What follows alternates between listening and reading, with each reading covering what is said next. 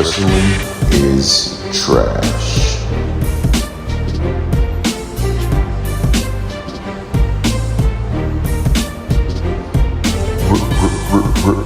Wrestling is trash.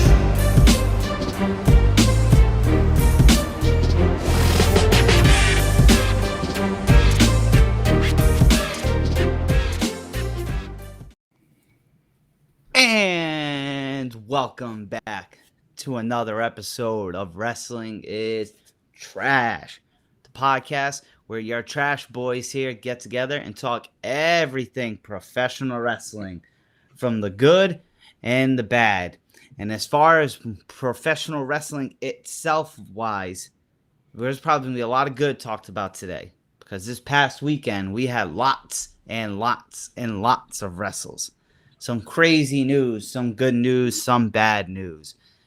But we're here to give it to you all today. Coming to you live from California, I am Trash Boy numero uno, Nick Anicelli. As always, joined with Trash Boy numero dos, Lou. Lou, how you doing? Man, Lou from the BX here, coming off of a tremendous weekend of the wrestles. I am doing fantastic. Everything is everything. We are blessed and highly favored on this show. Look, we're double Nick Anicelli's for some reason. I know I changed my name. I don't know why I'm a Nick Anicelli again. But you're getting double Nick Anicelli's for this episode. It's because they got double Lou from the BX last week when my stuff froze. I guess. I don't know. I don't know why the hell. I wonder if I can change that. Oh, I think I can. Look at that. Yeah, we're going to change that right now. But this is your boy Lou. Everything is everything. We're all good. We're coming off of a tremendous weekend of professional wrestling from different companies. We got a bunch of different news to come at you with. And I say we get right up into this bitch. Yep.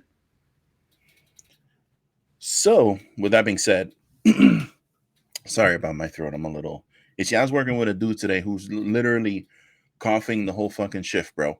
And we were working in the paint section. We were resetting like basically the entire aisle. And this motherfucker's in there. One of those. And I'm like, fam, why you fucking go home, bro? Like, why you over here coughing up on fucking right on top of everybody, bro? He's like, oh, I stayed home yesterday, so I have to be here today. I'm like, no, you don't, bro. Take your ass home. So, of course, after like the first break we had, I felt like right here, a little tickle in my. I'm like, if I get sick, bro, I swear to God, I'm gonna beat your ass. Or at least wear a mask when you're coughing like a lung like that or something. Yeah, bro. He was literally like, oh, yeah. Like, come on, bro. What are you doing? This is fucking terrible, bro. If you're sick and you work in close proximity with a bunch of other people, it's your responsibility to stay your ass home, bro. Especially now. Come on, man. Yeah. It's ridiculous. But segueing back into the news that we have here, it was reported this weekend by Sean Ross Sapp that WWE is very interested in bringing in the best bout machine, Mr. 7 Stars himself, Kenny Omega, to the WWE. A couple weeks ago, we had an accusations from Tony Khan, the owner of AEW, about alleged contract tampering with some of his talent from people in WWE. He was saying that there were people out there reaching out to his talent that is under contract, and he did not like that. He did not name who was contacted, but now it seems to be coming out that Kenny may have been one of those people. And I mean, if I'm going after AEW, I'm definitely contacting Kenny Omega if his contract's coming up, because his contract is up. I don't know exactly when, but it says early 2023. But what's being said is, and of course, this is all rumor and speculation, but it's being said that his contract may get extended due to his injuries. So he might have some months tacked on to the end of his contract because he wasn't able to appear because he was injured or whatever. So, Nicholas, I ask you, would Kenny Omega be a good fit in WWE? I obviously want to say yes, because I like seeing new things, you know? So I want to say yes, but I think you just gotta, I don't know. I want to see it because I think it's something different. Like I'm with all these different wrestling companies, I want to see different. You know what I mean? Like you just do. But I don't know. It just depends in the how Triple H looks at him. Honestly, you know what I mean? Like, cause look how Cody came in, and he came in the hottest thing. Right. I definitely don't think he'd be treated bad. I think he'd get the AJ treatment. Like exactly. Like AJ came in 2016, was hot, won the title that year. Not saying Kenny might win it or wouldn't, but come in like that, like get a good spotlight feud from the get-go. And I don't know. I don't think he'd be like bad. Like I don't think they would do him dirty. I don't think. But Right. as much as they're quote unquote on fire right now, we've seen them do some really dumb things. I know. Yeah. But I don't know, man. I want to say yeah, but I'd be if I just said yeah and hyped them up, I'd be lying. I wouldn't be telling my truth, and I think that's what I got to do here. So I don't know. I'm more intrigued. Like it's weird. Right. I was talking to my buddy about this. I see them doing instantly. My gut would say Jay White would be a better fit. Right. Between the two.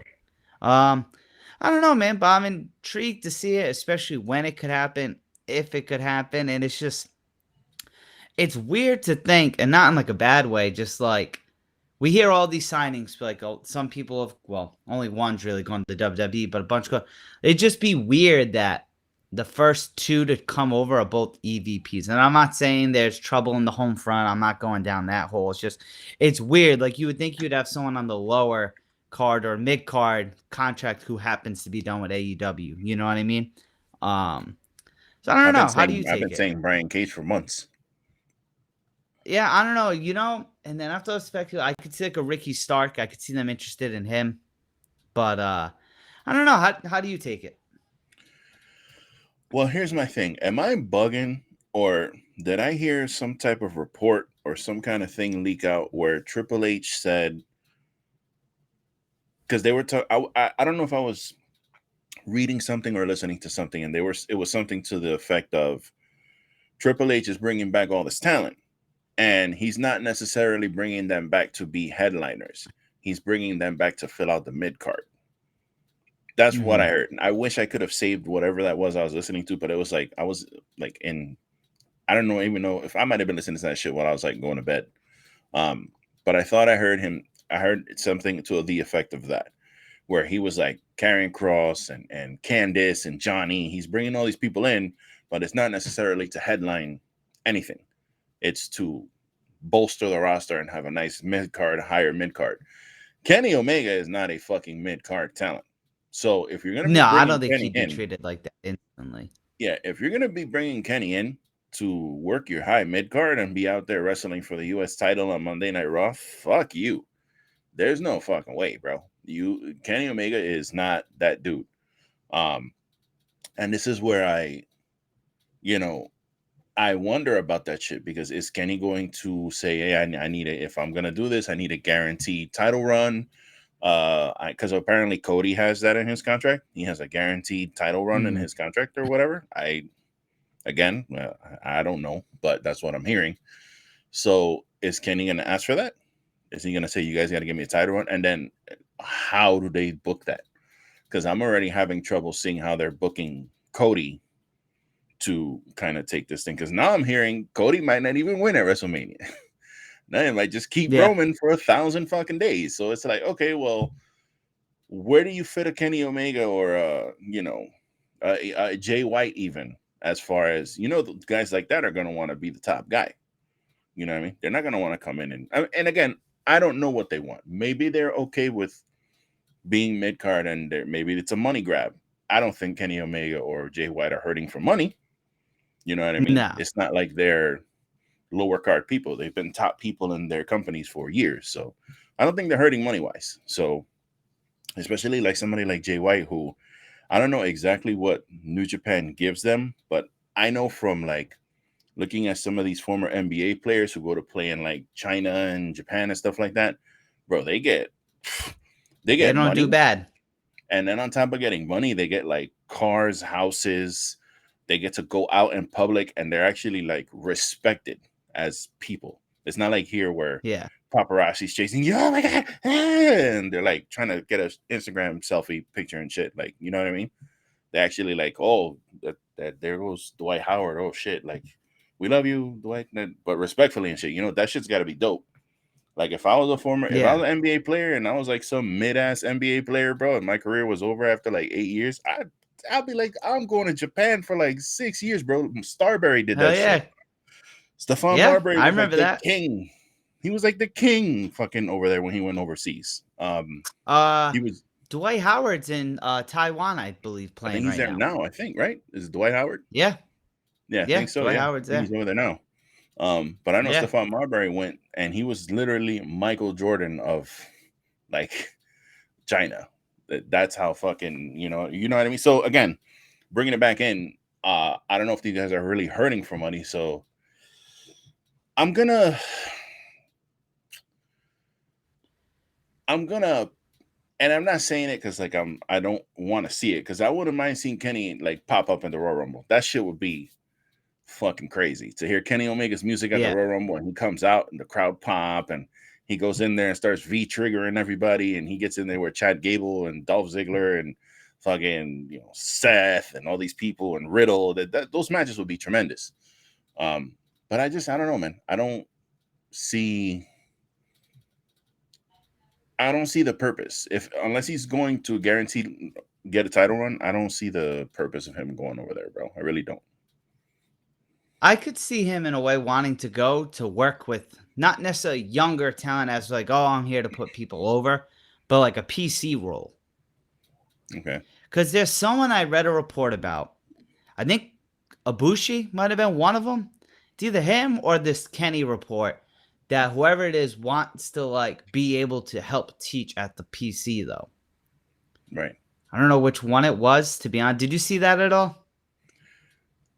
I saw that they were after some coveted free agent that everybody thought it was Jay White at first, and they were like, nah, it's not Jay White. So now they were thinking it's Kenny. And I know Ibushi's his contract's either up or it's about to be up, and you know, he's up there in age, so that might be something he wants to do. So and you know what it is? These reports obviously get blown out of proportion, right? Because it's Kenny Omega. Obviously, WWE's going to be interested. That's like, and that it could be an obvious. Kenny Omega be like, no, like I'm staying here. That's like where the fans and the IWC are making this a bigger deal. That's like saying like if Seth Rollins' contract's ending, Tony Khan's not going to shoot his shot. Knowing damn well he probably might not, but you're going to shoot your shot. Just like if you watch the Edge 24 documentary when he did the spear at SummerSlam 19, the reason he came back, AEW reached out to him first. You know what I mean? Like, of course you're going to reach out to these talent. You know what I mean? That's the thing that I guess in this, like, it's a bigger deal. AEW fans like, oh my God, they're doing this. Oh my God. Like, bro, they're businessmen at the end of the day. I would do the same thing. You know what I mean? If I could sit here and have a conversation with LeBron James on why he should go to the Celtics, I'm going to have that conversation. It's not going to probably happen. You know what I mean? But yeah, but you're going to have that conversation, you know? So I don't know. I guess we'll see where it goes. But I'm intrigued. Now, let me ask you, and this is just fantasy booker here. Right. With the run they've been doing with Cody and all that, would you rather have Cody take the straps off Roman, or say SummerSlam, Kenny's in the company and Kenny can be the guy? Here's the thing. Regardless of build, like, you can fantasy book how you want. It's just if Triple H called you, Lou from the BX said, hey, dog, I'm letting you make the decision. Cody at Mania or Kenny at SummerSlam. I don't know. Like, you have the power. Goddamn. So essentially, Kenny ends in 1,000-day reign, or Cody ends the reign and the family history and all the bullshit. You know what I'm curious and it's at about? Mania. I'm curious to see the reaction for Kenny in a WWE, because do people even really, like, I know that there's people who watch both, obviously. Like, we try to watch as much as we can of everything. But bro, there's a lot of fucking people who just watch WWE and don't even fucking regard AEW as like, oh, that's some other. Yeah.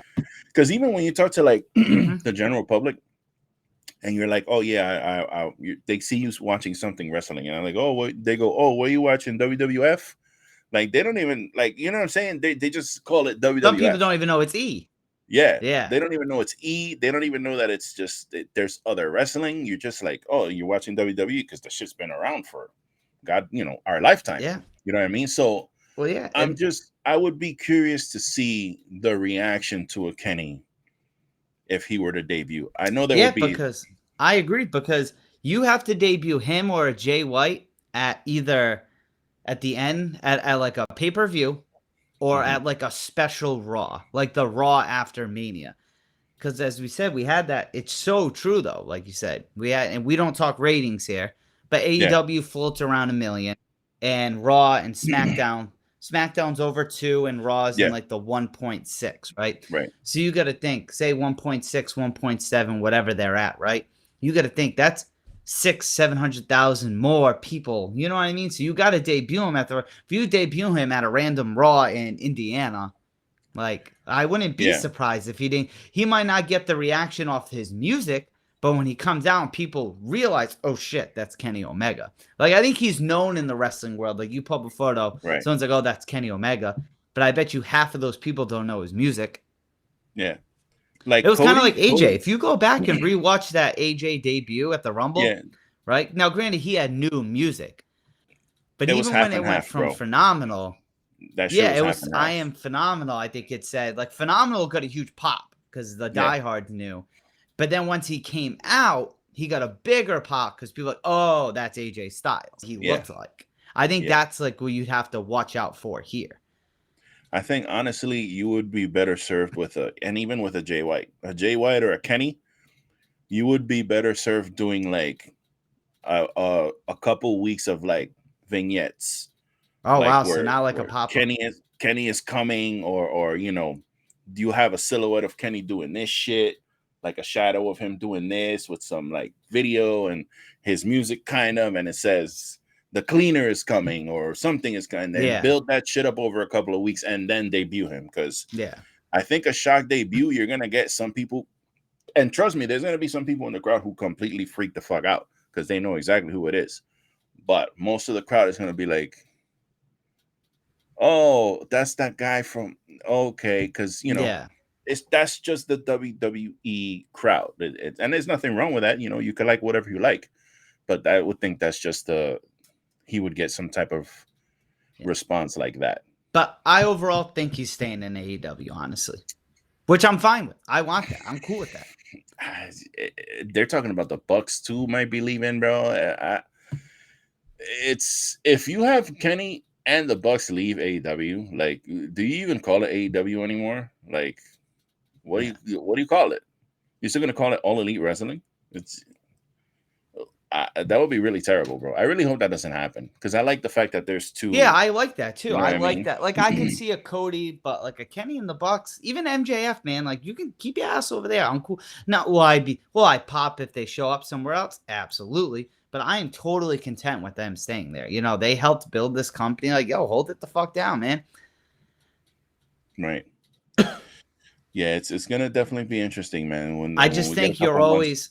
I heard this on a podcast the other day, and it makes sense, right? And AEW, I truly believe is gonna get there. And what I mean by this is, right, you ask these wrestlers, right, growing up, like, they've all said they wanted to. Every wrestler. Everybody wants the main event Mania and go to WWE, right? Everybody. No one's saying they want to go. Not yet. There are kids in those AEW audience that are probably sitting there saying, "Not to interrupt you, but unless you're Eddie Kingston." Unless you're Eddie Kingston, he's like, I never liked that WEF, whatever. I'm like, come on, Eddie, bro, don't do that. 98, we'll go with 98%, right? But this is where I'm crediting AEW. There are kids in that crowd that are saying, like, I want to be All Elite one day, and I think that's awesome. I truly, like I said, I've gone to a couple of AEW shows. I've seen kids that are so passionate about that product, which I think is awesome. It's like seeing an 8-year-old be like that. You know what I mean? But like, you got to think, like, there any talent, not just these big ones we're talking about, is sitting there thinking like, dog, it's WWE. Like, you know what I mean? I think that's even the guys who leave, some of the guys who leave, they Yeah. leave and then they go right back because they leave. They talk shit about WWE. Oh, that was a prison. That was an insane asylum. how dare that was you this talk and about the that. OC like that? Yeah, yeah. And then as soon as they fucking contract is up, they go running back because it is what it is, bro. That shit's been around for fucking half a century, bro. What you gonna do? And What that's you where gonna I do, hope, brother? Yeah, and that's where I honestly truly hope AEW does get one day. It'd be so cool in like 30 years, like when we're fucking old as shit, that there's two still dominant wrestling guys. That'd be awesome. Yeah, that'd be cool. That'd be awesome. Really you know what I cool. mean? But yeah, so I don't know, speaking of WWE is of course supposedly up for sale. And Vince McMahon came back and he got himself back on the board of directors because he wants to lead the charge of selling the company. And it looks like the company was valued at $6.5 billion with a B. $6.5 billion is the net worth of the company through inflation and all that other shit. They are asking for 33% more than their market value, which means, in layman's terms, that Vince McMahon and WWE are asking $9 billion from potential buyers for WWE. Now, they ain't getting that. Nick, do you see any takers for that shit? Anybody? No, and maybe he's highballing because he's gonna get lowball. But here's the difference, right? And I'm not a math magician. There's a difference, and it's little, and I'll bring it back to like football or basketball. There's difference between saying, "Hey, dog, we'll give you $1 million contract" versus a $2 million contract. There's nothing crazy there. 6.5 billion to even 7.6. That's a lot of fucking money. You know what I mean? And I don't do math in public, but Vince owns what? What was it? 76% shares? It's something ridiculous like that. So does that mean if they sold for 9 billion, he would make like he's getting whatever billions? He's getting like, billions. Yeah, and I just don't see it happening. And so I just looked it up while you were saying that. So NBC, when they bought WWE Network for Peacock, they bought it for $1 billion. $1 billion. These motherfuckers are asking for 9 now. That's come on. And you know what? I'll say this: whether it's the Saudi money or NBC, like one or whoever comes up with this money, I will give the McMahons a pat on the back for pulling that off. Oh yeah, but nah, dog, I don't see it happening. That's crazy, that's a crazy lot number, of money. Like a lot. But are you surprised that Vincent McMahon is asking for that much money? And what the fuck is 76-year-old ass Vince McMahon gonna do with fucking $3 billion, bro? What are you gonna do with that, bro? And it's you're fucking viejo, bro. Like, what the fuck are you gonna do with all that money? Dude, they'd be set for, because think about it. Triple H and Stephanie still own shares. They'd probably make at least. Yeah, like if you had to guess right now, no bullshit. So you got Triple H and Stephanie, their kids. How many like generations, no bullshit, of McMahon's do you think could realistically be set? Like say Triple H's kids. Do you think his kids, grandkids could be set? This is gonna sound stupid, but like $1 million is not like what it used to be, or whatever. I know for you and me would kill for $1 million. But if anybody wants to sponsor this show, please. But like I think I saw a breakdown before this came out. I think I saw a breakdown of who gets what. Like it was a specific number. I don't think it was this. It might have been based on the 6.5 billion, but I think it was like Vince gets like 60 something percent, and then Nick Khan gets like 30, or not 30, because that one's actually, I think it was close to that. It was like Vince gets like 40 something percent, then Nick Khan gets like 26 or something, and then Stephanie got double digits, and Triple H got like a single digit percentage, which turned out to be like 2 point something billion. I think Stephanie got million. Stephanie would get like 32 million. Nick Khan would get like it was something like that. I'm just making up numbers, but I wanted you to see the ratio. Like Trips is getting peanuts in comparison to what everyone else is getting. But with this is fucking, come on, man. If they sell for 9 billion, that's you have generations of your kids are straight. Like they won't have to worry about a fucking thing, dude. Unless you're like an asshole like Bill Gates or something, where you like, I'm not giving my kid shit. She's getting $1 million and I'm giving away. Can you imagine that shit? Like, I don't understand these motherfuckers. Bill Gates and who else said that? There's another rich person who said some shit like that. Oh, Jackie Chan. Jackie Chan's like, oh, all my money, I'm not giving it to my kid. I'm giving it away. Fuck him. He's gonna have to make his own way. I'm like, damn, bro. Like, you, come on, man. I understand letting your kid do it his own way, but give him some, you know what I'm saying? Let him have some dough so he could like get there. You know what I mean? Yeah, at least help him out. Give him something. But I don't know, man. I guess we'll see money, with time. But I don't know. I can't see that. That's a lot. Yeah, man. So this next story, I didn't delve into it too much because I want to talk about this, but in a different way. Tony Khan and Ariel Helwani apparently got into some kind of beef this past weekend. You know, our Ariel Helwani showed up doing like a video package for Sami Zayn and the Bloodline story because I guess he's from Canada. I know who he is, but I don't like actively follow this guy or any of his content and shit. I just literally just pay attention to like breaking news and quotes and stuff like that he gets from guests on his podcast. So I don't know the intricacies of him because I guess he's got beef with UFC and he's got beef with these other people, and I don't know about any of that shit.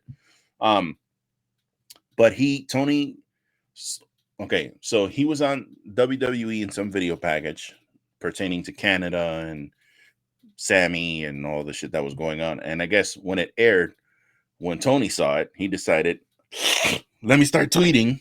And Tony Twitter fingers went out there and he called Ariel Helwani a fraud and some things of that nature. He called him a fake reporter. You're about as good as a reporter as Tony Schiavone. Which why the fuck you throwing Tony Schiavone under the bus? Why are you getting Tony Schiavone in this, bro? Tony's your employee. Like, why are you doing that, bro? And then Ariel Helwani responded saying, respect you guys. I respect Tony Schiavone. Don't pay attention to the snowman. Calling Tony Khan, referencing Tony Khan as the snowman, which I find hilarious. But they went back and forth and shit a couple times, and I didn't really pay attention to that shit because again, I don't really know that dude, and I don't know why Tony's a millionaire, almost billionaire. Your father's a billionaire. You own a football team. You own 2 wrestling companies. Why are you engaging with people on Twitter, bro? Why are you doing this? To me, this whole thing's just childish, to be honest. Ariel Helwani, he's just that's his kind of character. But people were saying after the brawl out, like maybe a month or two after, he did an interview with Tony, and it was like a bad interview. He went on record saying like Tony wouldn't answer anything, blah, blah, blah. But like one, Tony, like he don't work for you.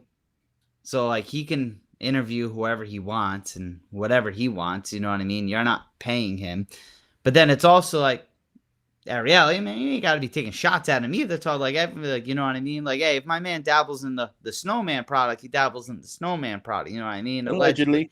But yeah, it's kind of like, I don't know. The whole thing seemed child. My favorite thing just with the whole thing was Michael Cole's comments at the chamber. Right. Saying the unbiased Ariel Helwani. Like, I thought that aspect was funny.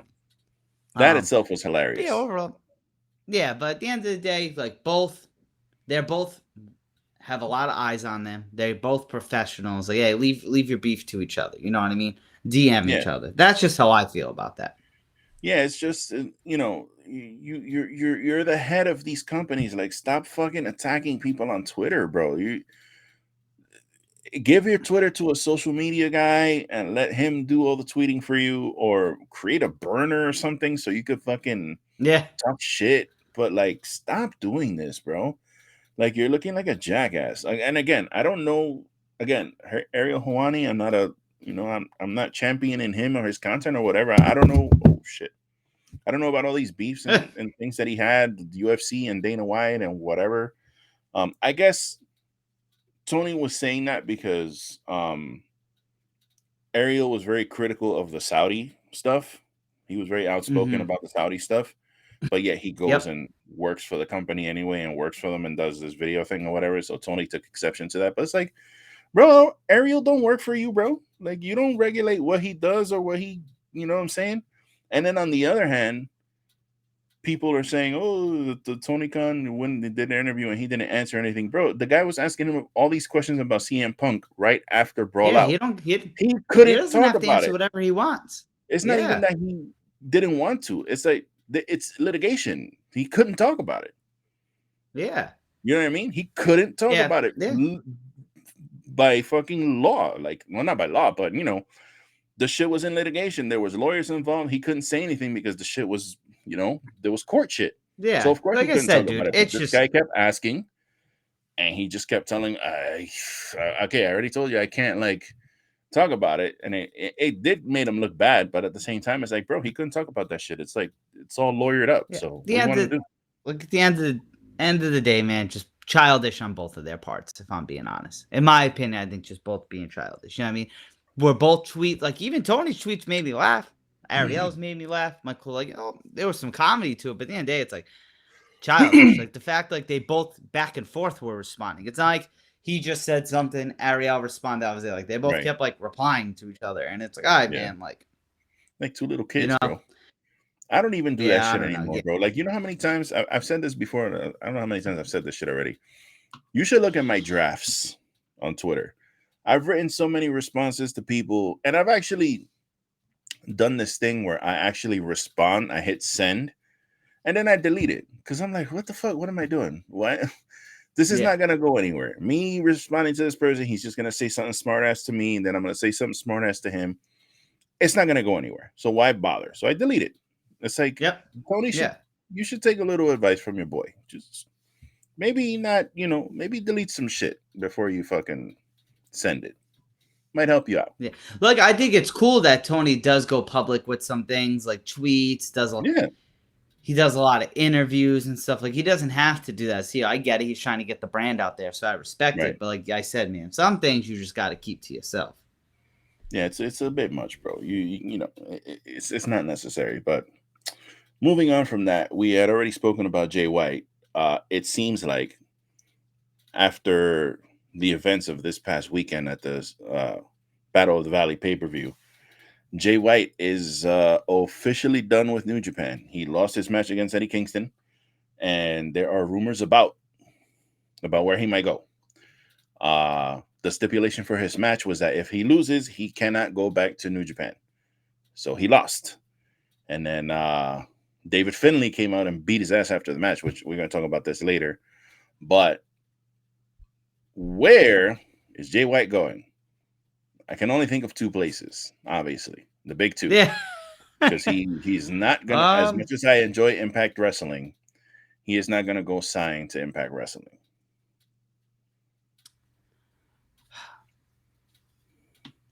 I think AEW. I would think he would be better served going there.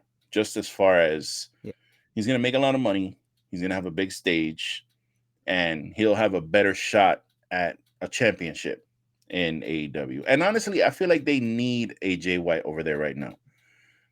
A definite big time heel character like that to offset, MJF. Because I enjoy MJF, but there's way too much MJF on my TV right now lately. It's like it's too much. He's very annoying. He's supposed to be annoying, but it's too much. And you got to take advantage of situations like this because eventually contracts end. As we were just saying, like Kenny could potentially leave. NJF's going to be definitely open to negotiations. Like you need the talent. The only way I can see him honestly not signing there is I know he did like a couple on-off TV things. So unless maybe that rubbed him the wrong way, like maybe we don't know this, but maybe he just didn't like the way things were done. That's the only reason I could see him not signing there. Like I said, once again, he's going to go to one of them. He's going to one of them. Excited to see where he ends up. But I could see him going more towards AEW. Only way he's going to WWE is if he wants that bag. Right. My thing with Jay White is the only way. If he signs there, it's money. It's like Jay White versus Kenny. Jay White versus Adam Cole. Jay White versus Eddie Kingston again. Jay White versus Ricky Starks. Jay White versus Swerve. Jay White versus Moxley. Jay White versus Danielson. Bryan Danielson. Come on, man. Those fucking all those matches. You could do years of content. Like there's a lot of options. You know what I mean? There's a lot of people. You go to WWE and you got your usual suspects. You got Seth, Cody, You know what I mean? Roman is Jay White. Yeah. The thing too with the WWE factor is and I hate to say this, but size difference between certain wrestlers. It kind of it is a thing. Like when you're a general public fan and you're watching Roman Reigns, and Roman Reigns is fucking this big giant dude, or Brock Lesnar, and then you have characters who are regular size going up against him, it kind of suspension of disbelief is one thing, but come on, man, you know what I mean? Yeah, and I think, like you said, I think the other size guys are gonna have better treatment under Triple H, but I still don't think they're gonna be the face, like you're saying. You know what I mean? Yeah. You gotta be the right guy. But excited to see when and where. When it comes to big stars, I hate when the reports come out and you can't avoid it on Twitter. Like you really can't, because someone or something is tweeting it out, which sucks. Like you just open Twitter and it's there. Like even if you mute the name Jay White, it somehow still comes up. You'll see. And it's like, I kind of don't want that with this. I want it, you know what I mean? Wherever I want to see where he pops up. You know? And and I don't want I don't want it the worst kept secret either. Like I don't want Tony Khan has an announcement on something, which he does actually on Wednesday. He does have an announcement coming this Wednesday. What that may be, who knows? Because I've given up on him and his announcements, bro. Because sometimes they're dope as shit, and other times they're just whatever. Sometimes he's a fool with that shit. But like I don't want it like that. I don't want this on either. Like I kind of just want to be shocked. You know? Yeah. Excited to see. I just want to see him pop up somewhere. Like I don't want to hear, he's gonna be here Monday, because we're gonna get that. We're gonna get that until he shows up, bro. Yeah. There's rumors that Jay White's backstage at Raw tonight. There's rumors he's at SmackDown. There's rumors he's backstage at AEW, and he could, because he just might be visiting. You know what I mean? Yeah. So we're gonna be seeing that until he pops up. So whatever. We'll hear he's backstage at Raw as he debuts on Dynamite 2 days later. Yeah, for real. Like you know what I mean? Be on fucking That's just wrestling. Shit. That's how it is, bro. Yeah, it is. So kind of rounding out the news, we got some quick little joints here. Batista is reportedly getting inducted into the WWE Hall of Fame this year. So it's not official yet, but Batista was supposed to be inducted in 2021. He declined due to the pandemic. He didn't want to be in front of no crowd getting inducted, which I can understand that. Yep. And his schedule, I think, was very busy, and he wanted to clear his schedule up a little bit so he could actually attend it and do all the stuff that they do that weekend. So congrats to Batista, as well deserved. What's your favorite, if you even have one? Because I know Batista's more in your wheelhouse there. What is your favorite Batista moment, if you even have one? Moment? Well, Rob and I were at WrestleMania 35 where he had his retirement match. So like to say I witnessed his last match, I could say, but That's dope. Some of his matches, like I like the match he had with Taker at WrestleMania. I think it was like 23 for the title. Like that was a really, really good one. Few other ones, honestly. Just I liked his entrances, just like we were saying. It's just one of my favorites of all time. But I don't know, man. I've never really sat here and thought like my favorite Batista moment. But if I had to say, I guess I would definitely say like WrestleMania 35, because it was one of those very obvious, hey, this is this dude's last match. So like as I was watching his entrance, I'm like, yo, like this is the last time he's gonna do this going to the ring. Right. And if you remember, do you remember in that Mania when he got into the ring and he tripped? Yeah. So like that was funny. And Dan was with us as well for that one. So yeah, I'd say that, just knowing like, hey, cool, I saw this dude's last match. Like it was a pretty dope moment to see. Yeah. Even though if you go back and watch that match, it went on entirely way too long. But yeah. Well, yeah. And I'll say this about Dave. He's definitely, and I mean this with all due respect, no disrespect intended whatsoever. Dave is the epitome of a WWE superstar sports entertainer. Like, I don't remember him for his, I hate the star thing, but 5-star matches. I don't remember him doing the drop toe holds and the spinning nerve holds or the, whatever. You don't remember that. You don't remember him for technical prowess, but he is a personality. He is his character. He looks like a fucking $1 million. Some of And the he got a outfits he cool would moveset. wear. Yeah, he outfits, him in Evolution. His moveset is dope. I love his spear. He's You got the know, tats. He's got everything. He yeah, he looked just good has with that the look. big. He looked good with the big gold belt. Like, Yeah, he just was a big personality. He was like the perfect sports entertainer. So my and I thing like with his. Batista, my memories with him are like stupid because I remember like the shit he did with Eddie, where he was eating Eddie's food and shit, and he's eating Eddie's tacos, and he left him with the flautas. Or when he had Eddie, he had the guy do the proctologist fucking check Yep. Eddie's fucking prostate, like stupid shit like that. Or when the kid ran into the, I was just gonna say.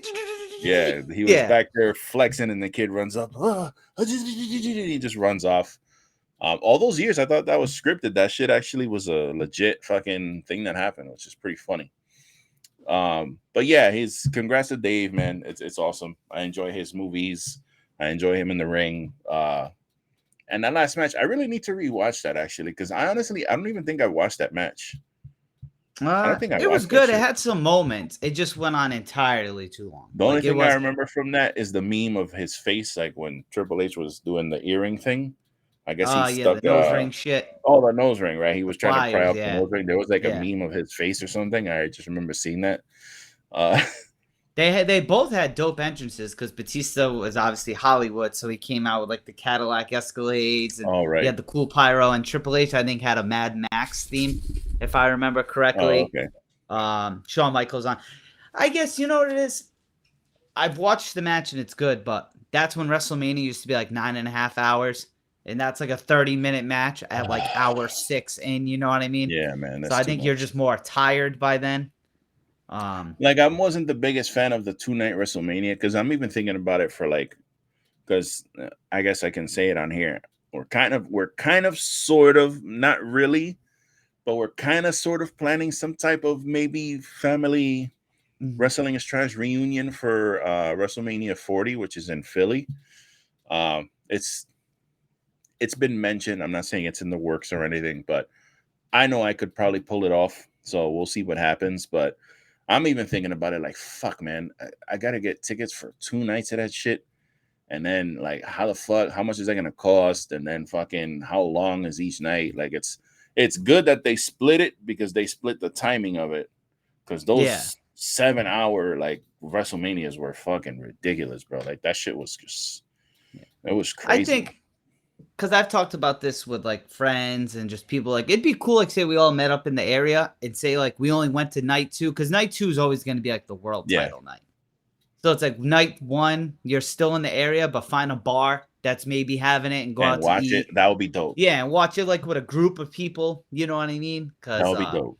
I've never seen wrestling. Like you see clips of WrestleMania and the Rumble on at bars, and I've never seen it. And I think it'd be cool to go to one. I've just never seen it. Yeah, I would be down for that. That would be fucking dope. Yeah, and you save a lot more money, obviously, because tickets are. Yeah, because Sunday is gonna be like the night. Like Saturday's cool, but it's all about Sunday, bro, for WrestleMania. Yeah, it is. And if you look at this past WrestleMania, like Saturday, I think had the better matches because you had like Seth and Cody, Bianca and Becky had a really good match. Then you had the Steve Austin KO thing. But Sunday you had like the Pat McAfee match. Not just because I like him, but Stone Cold came out anyway. Yeah, but even then, that's the storyline like Vince was part of. You had the Roman title. You had like even like the bigger names like Edge and AJ Styles had their match. Something else happened on night 2, and I just can't remember. It's a lot of night shit. 1 was better in my opinion, but night 2 was more of the night. Yeah. So. Night 2 had the Jackass shit. Oh man, yeah. Fucking best match ever. Yeah, I love it. But yeah, I'm surprised they haven't announced more Hall of Famers yet. They tweeted say 39 days till Mania or something. Usually, they're kind of by now, close. They're kind of a little close. They have time to build up their card, but because honestly, it doesn't really matter. It's WrestleMania, bro. You're gonna fucking watch regardless. You know what I mean? Yeah. But yeah. So congrats to Dave. We'll see who else ends up getting in the Hall of Fame this year. And again, this isn't official. It ain't official, but this is what's being reported. And finally, to kind of wrap things up, Gracie Pugh, the daughter of Jamin Pugh / Jay Briscoe, was finally released from the hospital. She seems to be in better spirits. She's doing much better. So we just kind of from us, we just kind of want to send thoughts and prayers and all Godspeed to her in her recovery. We wish her the best, and thank God that she's okay. Yes. Seeing the photo, seeing the condition they're in, obviously isn't pleasant because they're such young, kids and everything, but just glad they're here and everything like that. And, Dad's definitely watching over them. Yeah, man, 100%. Shout out to Mark Briscoe out there doing his thing on AEW TV. That is a hilarious dude, bro. That's a strong dude, man. His fortitude, because he's out there performing and being a complete character. Meanwhile, a lot of tragedy befell his family, but man, what a strong dude, bro. He's really for real, really showing you what being a man is all about. Well, yeah, shout outs to them, man. But we're going to continue right along, and we're going to cover for today these two pay-per-views that happened this past weekend. Tremendous wrestling happened this weekend, and I guess we'll start it off going over our picks and thoughts about the Elimination Chamber pay-per-view that happened this past weekend, the Saturday pay-per-view, which is wonderful. So we kind of, I think we were pretty good in our picks. We both picked Bobby, which Bobby ended up winning by nefarious ways. Not really his fault. But I don't even want to give that match even credit. Dumb. Yeah, it wasn't just random thoughts about the show. That match in particular, I didn't like. DQ finishes, I am not a fan of. I've stated that many times on the show. I hate fucking DQ finishes because it's cheap. To do it on a pay-per-view is come on, man. That shit is, you hyping up a match for a pay-per-view. And granted, they put the match together in it was 3 weeks maybe of build with the match, but you want to see that. You want to see Bobby and Brock. You want to see them fucking go at it. Those are two titans. It's like watching fucking King Kong versus Godzilla. So yep. To have it end like that in a DQ with Brock Lesnar giving a low blow to Bobby Lashley, come on, man. They tried to save it at the end with Brock going crazy and, taking him outside the ring and going nuts and destroying a bunch of shit, which makes Brock look strong. But come on, man. There has to be a better way to book that. I don't know how you do it. I don't envy you trying to book that match because you want to keep both guys safe, which I guess that would be the best way to do it. I guess that's, they did it. So I guess that's what they thought was the best. But, man, that shit came off whack as fuck. I didn't like that at all. Because going into it, everything was pretty decent until the end. Yeah. And then, that was just a legit kick in the nuts to us. Yeah, and again, I get it. He was about to pass out. It looked like he was about to pass out. He had no other choice. There was no other way for him to get out of the hurt lock. He had to do a low blow. So now that I'm talking about it more, I'm kind of convincing myself it was the best finish possible, which is ridiculous because I hate DQs. But, he's got him in the hurt lock. He can't get out of this shit. What else do? You pass out or you kick this guy in the balls. So you kicked him in the balls. I'll say this, though. As much as they protect Brock out of the 3 matches, I think Bobby's looked better in all 3. Because, yes, Roman interfered in the first one, but at the end of the day, Bobby won and won the belt off him. Right. Then in Saudi, yes, Brock won with that whatever pin, but then Bobby laid him out, which never happens. Oh, my God. And then Saturday, Bobby, and then Bobby almost made him pass out. You know what I mean? He got his ass kicked after, but he was damn near about to beat him. You know what I mean? So at least that's always my biggest fear when I see these 2 names on paper. It's fuck, man. Don't. What's funny is that Bobby. we always seem to be bitching about the finishes to these fucking Bobby and Brock matches. Because now I'm thinking about it. We bitched for fucking 15 minutes about that fucking finish when he pushed off he kicked up the rope and kicked off the top rope and fell back on Bobby and got the pin. Man, we must have bitched about that shit for half an hour on this show. We just didn't bitch about the first match because Bobby won the strap, and that's what we wanted. Yeah, which we were very happy about. But I don't know. Again, sitting here looking back on it, it's kind of okay. I mean, I kind of get why they did it. I just want to see Bobby get a clean, decisive victory that doesn't involve Win. like shenanigans, bro. Like this is Bobby, bro. Let him fucking be the man, bro. Be Bobby. Yeah. Be Bobby. Fuck. Like I tweeted while we were watching the show. I tweeted, how the fuck did they not have Bobby go after Roman Reigns? Like, how did they keep Roman Reigns away from Bobby Lashley all this time, the whole fucking year? Like, come on, man. That dude that's the biggest legit threat you got. So, dude, and it's nuts too, because once Bobby first won the strap in the beginning of 2020 until about, I'll say, until he started feuding with Brock, honestly, like the end of 2022, he was going over clean over everyone. And then it's just you do a complete opposite. Now he's winning, but like it's like this. Like I don't know. Yeah. Yeah, it's weird. Because I'll admit, I'll say this, and it's not. I'm a huge Bobby mark, but his title run he had in way too short. He won the title in 2021. I take that back. I take it back. Way too short. Because he won it in February and had it till September. So I think he had it like 7-8 months or something. Yeah. I was a big fan of that run.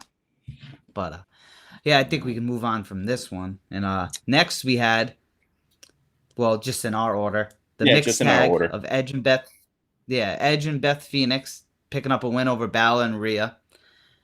Thought it was a good match. Honestly, I enjoyed it. They did the right thing, not letting like Rhea get a pin. But yeah, Beth got some offense in. But right, if we're keeping it honest, Beth was Rhea. Beth was Rhea before. Yeah, but Beth was Rhea before Rhea was Rhea. You know what I mean? Yeah, absolutely. Beth walked so Rhea could run, as they say, sayings like that. Yeah, I thought it was a good match, and then a little shout out to FTR over there with the shatter machine at the end. And they hit that shit clean. Which they did it pretty good. Yeah, they hit that clean. Shit real clean. It shows Edge and Beth are good in these mixed tags when they get the right opponents. Because remember last year, literally, I think at this time, it was like them two versus Miz and Maurice. Like, fucking terrible. I'd like to see them two versus like Montez and Bianca. That'd be kind of dope. That'd be fire, bro. That would be fire. But yeah, yeah, good match though. I'm nothing to like whatever. I'm not gonna say it for hours and preach it, but I thought it was a good match. Like I genuinely enjoyed it. Yeah, I like the fact that they came up with a finisher for themselves, as far as like, because that's one thing about tag team wrestling is like, I like, tag team finishers. That should be part of tag team matches. So it was pretty cool that they did that. I enjoyed it. I liked the false finishes too, like with the Nux, and they had a lot of good false finishes where there were times like when I think was it Rhea, or Finn, whoever had the brass knucks and hit Edge or Beth, they did hit Edge. I was like, oh, that's it. Like that's over. Yeah. And I was like, oh shit, like it's not. Like if you would have told me going into it that's how the match would have ended, I would have been like, no. So I kind of liked how they did keep you on your toes in this one. Right. And again, I picked Judgment Day to win this, and I wasn't really mad that they lost because I get it. Finn took the pin, so Rhea's still protected or whatever. She still has momentum going into her match. So, right decision. I was cool with it. Which she'll be at SmackDown on Friday, so interested to see how they take this. SmackDown just became must-see TV.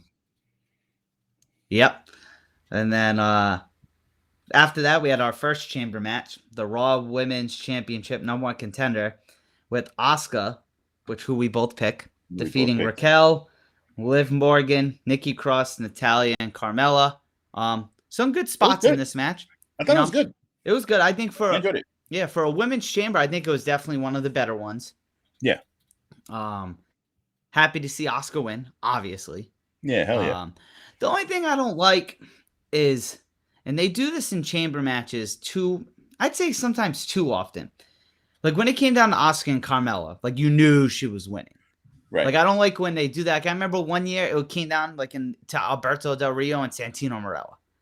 Like you knew, like okay, I get it. I get what you're trying to do. Get like hope. Who the fuck booked that bullshit? But it's like as much as I love Liv, I didn't want her to win this at all. But if it would have been Liv or Asuka in the end, it's kind of like, like I don't know who's gonna win this.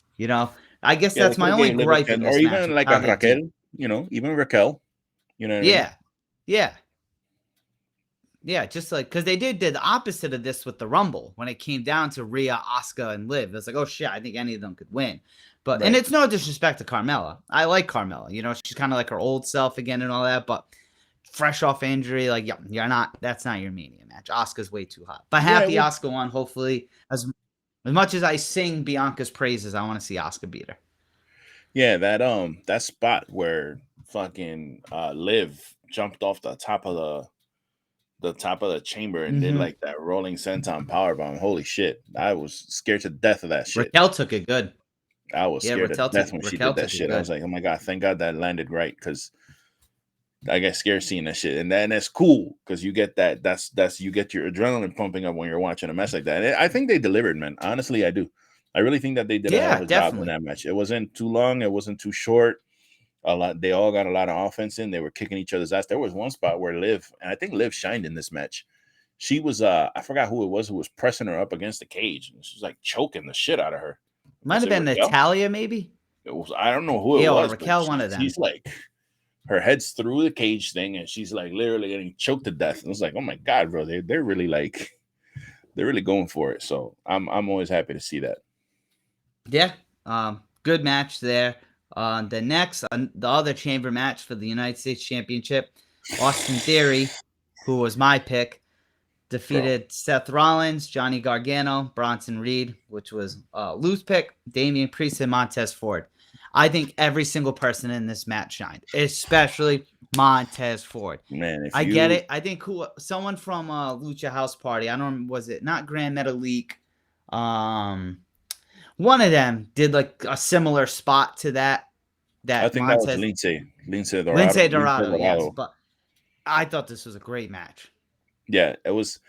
I was terrified when he started climbing up the cage, because I was like, okay, bro, what are you doing? Because that shit, it kind of looked like plastic, the chains. Yeah. I'm like, oh my God, bro, what the fuck are you doing? And then when he started like inverting himself, I was like, bro, this guy's Spider-Man. Like, this guy's literally Black Spider-Man. Like, what is he doing? Bro, if there was ever a star-making performance, that was it. Like, that was the match where Triple H was like, all right, I got a main eventer. You have a diamond, and I feel so bad for Dawkins. Angelo Dawkins, bro. Because to be honest with you, Angelo Dawkins has stepped up his game in the past couple of months. He's bulked up a little bit. He's been bringing it in the ring on his own. He stepped it up big time. But there's something about Montez Ford. He has literally that it factor. Like he's got the look, the promo, and the ability. Like that's a dude who I can 100% see holding up a world championship. And I legit will be like, yup, that's the guy. He's the guy that's on the Today Show. Yeah, I 100% will be like, yep, that's him. That is the guy right there.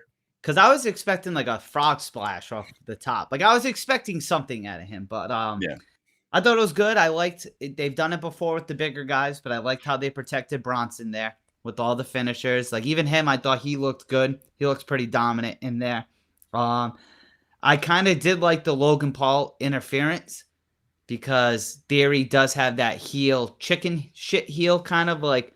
So I'm happy like the protected Seth, another good buckshot lariat in my opinion out of Logan Paul. Yeah. I thought Damian looked really good. Like there's no one who, even Johnny Gargano had a lot of spots. Like I don't think any of them looked bad in it. No one walked out bad in my opinion. And Bronson, who was my pick, actually the way they eliminated him was very clever. They had 3 people hit a finisher on him and eliminate him. That's, bro, you can't really protect the guy any more than that. Like in a loss. Like the crowd's behind him now. Last night on Raw, and because last night was the first time I saw him on Raw in a match. I like his entrance, how they record him from like the back and all that. Yeah. But when he got up there to hit that I guess essentially splash on Gable last night, like the crowd was amped for it. Like he kind of got that. He's getting to. I don't say he has yet, but he's gonna get that cool guy, bad guy cheer. Yeah, for sure. I definitely think they got something with them. Yeah, for 100%. Where do you rank this in kind of chamber matches? top tier. I would say it's top tier. It's pretty Top high up tier there. for sure, especially in the past years for sure, but definitely a top tier one. I don't think anything is gonna ever top that fucking, just for the moment that it was the one with Edge, Jericho, Mysterio, and Cena. Oh When yeah, they eliminated Cena. Cena was champion and he got eliminated in the middle of the match. And yep. Edge is doing And then didn't one other that chamber face. too? Wasn't Edge champion and was like the first one pinned, and then he went back later on in the night and Vince let him win a title. Yeah, that's when wasn't that shit, my memories are kind of colliding. For some reason I was thinking about the night where he Raw didn't have a champion and he came out with the heavyweight title on Raw and CM Punk cashed in on him.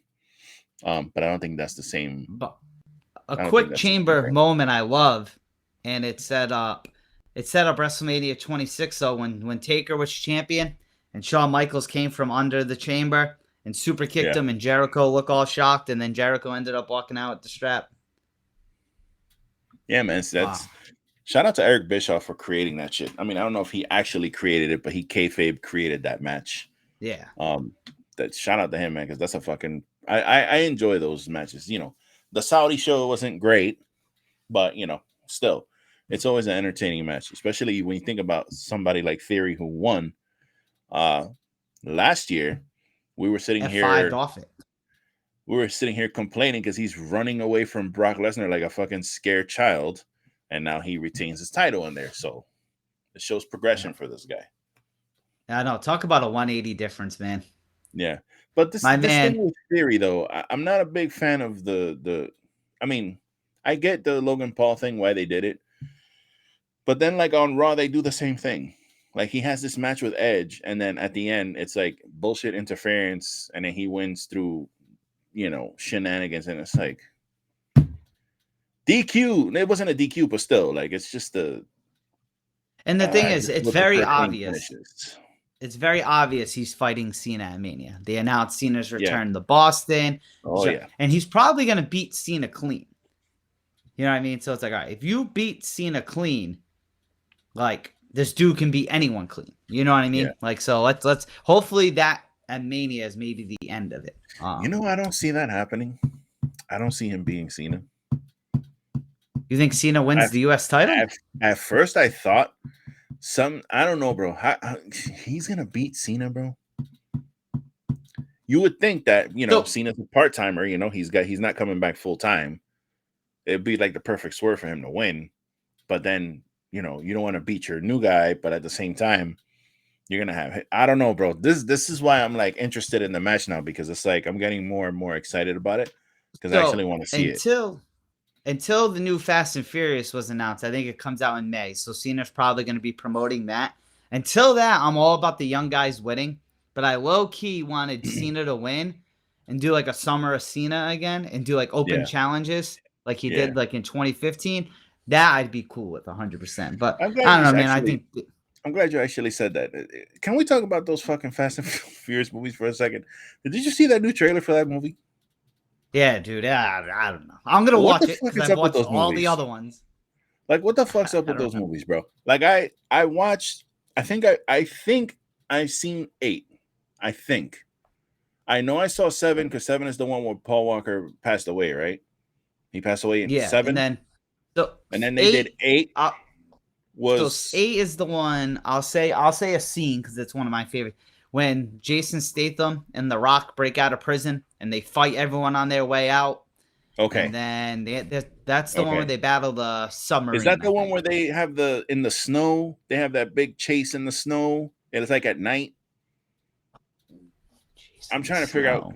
I know I saw 8. I'm pretty sure. I know I saw 7. There is they do go to the cold in 8. They go to the cold in 8.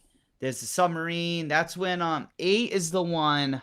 They're being chased by that big ass tank, and it's like shooting missiles and shit in the snow, like wherever they are. Yes. Okay, so yes, that's and then 8. There's the big sound. Yeah, that's 8. So and I haven't 9's seen the one with. So I haven't seen 9 because. So you haven't seen the one with Cena? No, and I'll tell you why I didn't see it. Because when I saw the trailer, there's a shot in the fucking trailer where Vin Diesel's standing on top of a car. He's standing on top of a moving car, and another car. I don't know what happens in the scene. I didn't see it. The car like hits something and it starts rolling, and it rolls up onto. It looks like, I don't know if it happened. It looks like Vin Diesel catches a fucking car as it's rolling in the trailer, and I was like, no, get the fuck out of here, bro. These guys are superheroes now. What is this bullshit? You gotta watch it because there's other scenes. The one that did it for me before we move on, where I was like, okay, this is getting ridiculous. It's in one of the newer ones though, when I think Vin Diesel's going to save Letty, and he like jumps over the highway and catches her and lands on the windshield and like gets up like nothing happened. Yeah, listen, there's a scene in the, I think it's the new trailer with the grappling hook inside the car, and he drives off the side of a fucking mountain with the grappling hook, and his car, and he's literally turning the wheel in the air. Like, what the fuck are you doing, bro? That's not how physics work. Why are you turning the wheel in the air, bro? You're not doing anything. Did you see Hobbs and Shaw? I own it, but I haven't watched it yet. My movie backlog is like fucking ridiculous, bro. I have so many movies. So you gotta watch that because that's like Roman's first movie. But I do want to watch that because I know that, at least I know with that movie, it's just ridiculous. Like it's just flat out ridiculousness. Like at least I don't want to say it, but there's a part where The Rock does some ridiculous shit, and I'm not gonna say it because I don't want to spoil it. But you watch that one soon if you can, please. But the reason I bring up the new one is because it's funny how like every movie has like the same plot. Like they introduce a villain, they fight, and then in the next movie they're boys now. So now the villain becomes part of the crew now.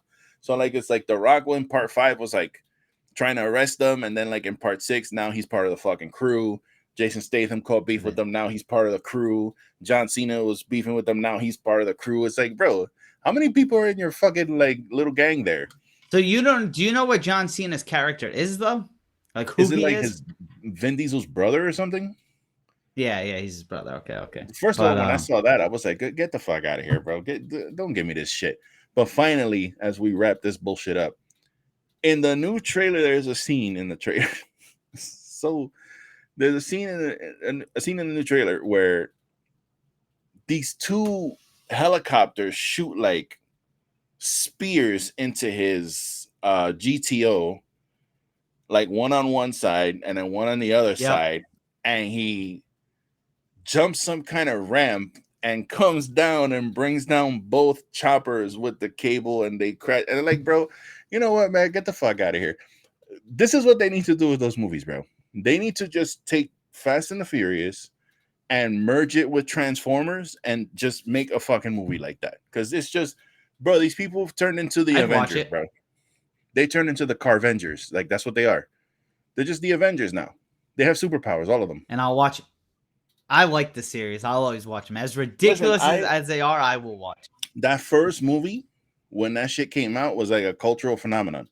Like, that movie was the shit when it came out. That first one. The first Fast and Furious? Yeah. I went to the theater. I think I saw that shit 2 times in the theaters. And then I bought the DVD and we watched that shit like, I don't know how many times. The second one, and then after Too Fast is my favorite out of them all. Too Fast, Too Furious. Too Fast is dope. Favorite. That shit's super underrated. I do like Too Fast, Too Furious. I do enjoy that movie. But and then, speaking of to get back. Furious, one of the stars of that extended family's universe, Mr. Roman Reigns, the undisputed heavyweight champion, was defending his title against the incomparable Sami Zayn in his hometown. And Sami came out to his old music. Unfortunately, he came out with his old music on the night before on SmackDown, which I was hoping he was going to save it for the pay-per-view, but it's fine. Came out with his new music, or his old music, actually. But he didn't cut the hair. He came out with the fucking mop. He still got the mop. I think that's just him now. I think he's keeping it. If he ain't shave it before, he's not going to do it now. So I was hoping he would do it, but no. He came out looking like a slob. Totally fine. It's his personal choice.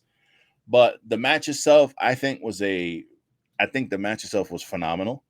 I think so there's been a lot of discussion with a lot of podcasters and a lot of reviewers about this the direction of this match, and I'm curious to hear your thoughts about how they finished it. But it's a double-edged sword because I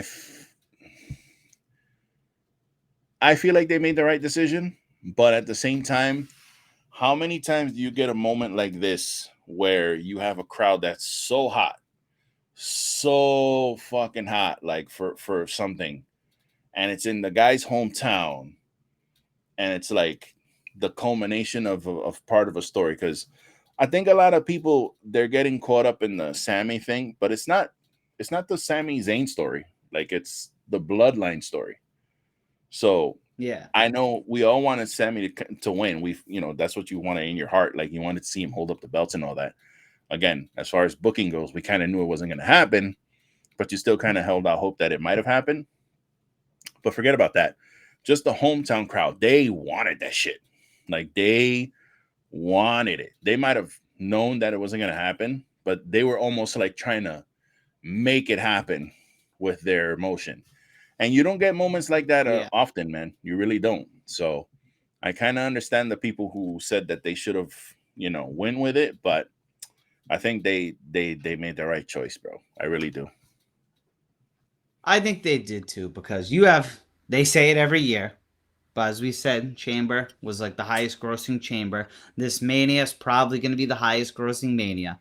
You're in Hollywood. Like, it's no disrespect to him, where he's from, anything like that, but you're going to not ruin, but you're going to end a 900-day title reign at Elimination Chamber in Montreal of, say, 20,000 people, when you're going to have 2 nights in Los Angeles with damn near 100,000 people, like 75, 80,000 probably. A dog appearance. Hey, what's up, buddy? Let's say, what's up, Biggie Smalls? What's up, little Biggie Smalls? Yeah, a little Biggie Smalls. But anyway, he's intrigued by the conversation. No, but like I said, I agree. The match was phenomenal. I loved Roman's storytelling with it. I love how it took the few minutes to start. I loved how he was talking shit to his wife and getting them involved. I even liked how Sami kissed his wife. I thought it was good. They had a bunch of false finishes. You know what I mean? Like, believable. It's just, I just 100% knew Roman was going to win. So when it finally was 3, like, the crowd lost it. Like I said, they got flat because they didn't want it and everything. Yeah. But I definitely think it was the right move. I liked it. I liked Kevin Owens coming out. We were all saying Jay was going to betray Sami, and I kind of like how he didn't, because that was the easy way to go. Right. And then you see last night, they didn't go the easy way either, with Kevin Owens just siding with him. Mm-hmm. So excited to see where it goes. I could definitely see them maybe running it back. I could totally see between now. I don't necessarily think Roman. I want to see, like, how would you feel about seeing like a 6-man tag of like Cody and Sami and KO against like the Usos and Roman, or even if not, say Roman like solo, like a bloodline versus them. I really think we're gonna see that. We have 5 weeks. Well, 5 more Raws and maybe 6. That'll probably be like on a SmackDown or a Raw or something like that. Yeah, like maybe the week before the go home. Because on the go home episodes, they usually don't wrestle. Obviously, you don't want to risk injury that soon. But I liked it, man. I had no complaints. I liked it. The crowd was insane. I love when crowds are annoying.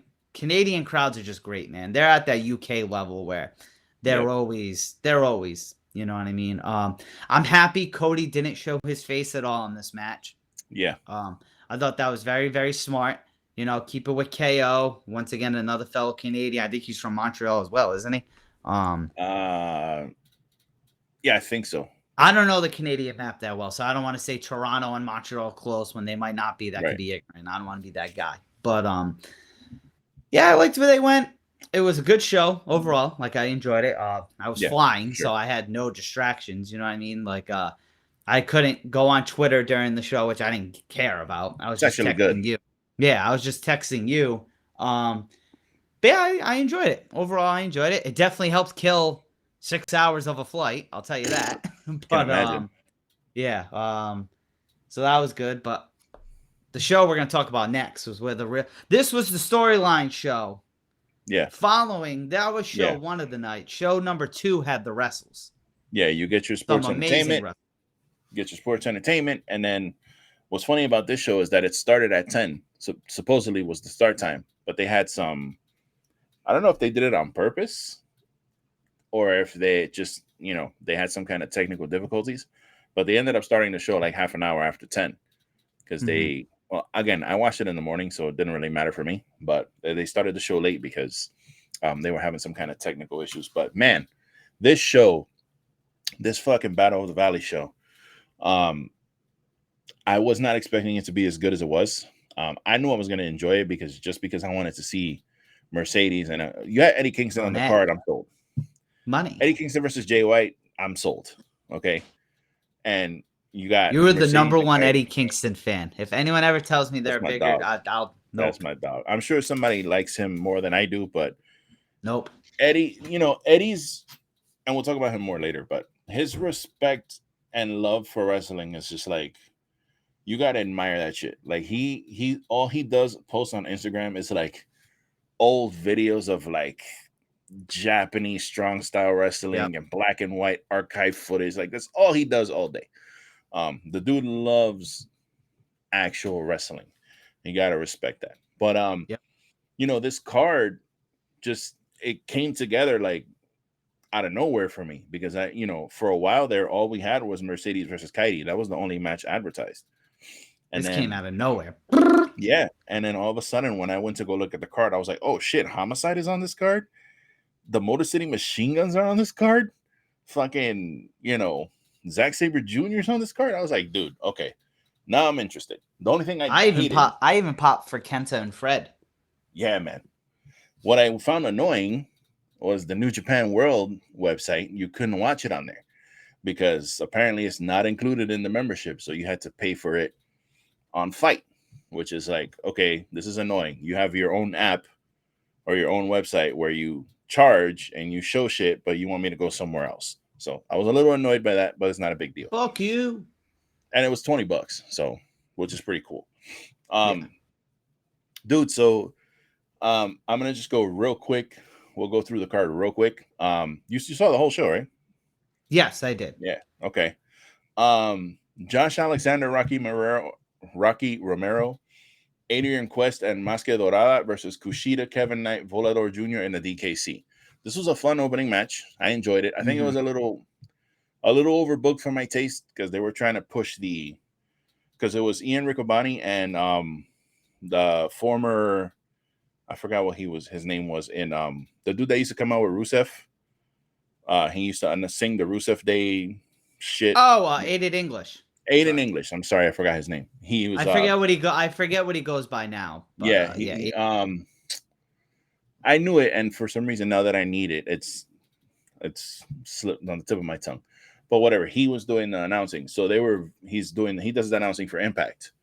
And they were heavily pushing the Impact pay-per-view. I was like, okay, guys, I get it. I get it. You got a pay-per-view coming. I understand. Kushida's wrestling Josh Alexander. Okay.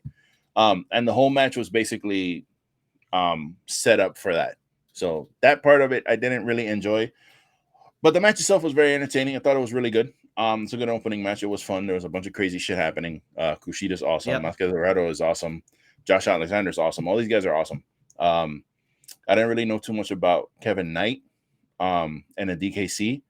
And Rocky Romero, obviously, we see him on AEW all the time, so we know that he's talented. But it was a good opening match. I enjoyed it. Yeah, same fun. Well, obviously there was a big crowd of people in this one, so matches like this are usually fun. I enjoyed it. I liked seeing people, obviously from different promotions, everyone there. I was a big Kushida fan. Josh Alexander, I'm in for. I'll be honest, he doesn't always do it. Yeah. But he doesn't always do it for me. But cool. I thought it was a good match. Like you said, good way to start the show. You know what I mean? Very fun. Very, very fun. So the following match was, I feel like I should say for one fall. The following match. One fall. The next match was for the New Japan, the NJPW Strong Openweight Championship. And it was between Fred Rosser and Kenta. Now, I'll tell you this. I'd never seen Fred Rosser before. I've never heard of him before. I'll keep it a buck. Don't know who he is. I had no knowledge of him before this match. Obviously, Wait, Kenta. yes, you did. Fred Rosser? That's Darren Young. That's Darren Young? Yeah. Get the fuck out of here. There's no way, bro. That's not Darren Young. You got to be kidding me. Yeah. Well, yeah. Frederick stop Douglas playing, bro. Roser, an American, whatever. Bro, that's Darren Young. Yeah, he just looks different now. Yeah. He got released in like 20. I don't know when he got released. He got released years ago. He's been with them for a while. Get out of here. Yeah, he's been with them for a minute and had a long run as the strong openweight champion. Bro, holy yeah, that's why I liked this match. Fucking shit. He's pretty talented in my opinion. Bro, this is the last time I saw Darren Young. Okay. Millions of dollars. Making moves. Nexus Darren Young with the clean shaven facial hair and the fucking muff. You just blew my mind right now. Okay, yeah. So there's a reason that's why I was amped for this match. Now, the reason I was saying that is because there's a reason why I like this guy. I was over here about to sing the praises of this dude, about to say he's a future star, he's gonna be this and that, he's the shit. That's Darren Young. That's fucking crazy, bro. Okay, so that makes sense. Prime time players. That makes sense because that dude, bro, I really, really like this match. First of all, Kenta's amazing. I love Kenta. When Kenta's healthy, man, he's fucking awesome. His character work, his striking and all that shit. He's dope as fuck. So I wasn't mad that they put the title on him, especially since in my mind I didn't know who the fuck he was, wrestling. But I was watching the match and I was kind of feeling like, okay, I think this guy's gonna retain, bro. I don't think Kenta's gonna win this. And I was thinking, it's like, this Fred Rosser guy, he's fucking awesome. Like, I think this guy's gonna retain. And his character and everything, bro, that's crazy. That's Darren Young, bro. Wow, what a fucking dumb. How did I not know that, bro? That's insane. But that guy's awesome, bro. He just looks completely different. I want to see a lot more of him. Like I do. I don't know if he's. I know he lost the title. Look up, but he was champ. He was champ for a while too, like a while. Shit. So I'm gonna look it up. Pardon my ignorance, people who might be watching this, and you might know who that is. But I had no clue that was fucking Darren Young from the Nexus. Oh my god, that's insane. Well, I'm actually like shocked. That is so crazy, bro. But I very much enjoyed this match. I thought it was great. I can't say enough about it. I thought it was really good. I very much enjoyed this match.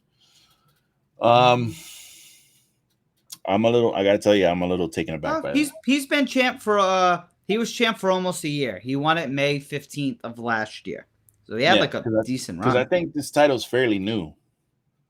I think these strong titles are fairly new. Yeah, it is. It is. It was him and I think Tom Lawler had it, I believe. Yeah. Now Tom Lawler's another one who we're gonna get into later. But for now, I guess we could just kind of move on to the Motor City Machine Guns. Alex Shelley and Chris Sabin versus Jarrell Nelson and Royce Isaacs for the New Japan Strong Openweight Tag Team titles. Listen, the Motor City Machine Guns are legendary tag team, bro. They're so good. Like, I know there's people out there who aren't a big fan. These guys are the shit. I'm so glad that they got back together because they broke up for a while. They were doing singles thing. I think Alex Shelley was hurt for a while.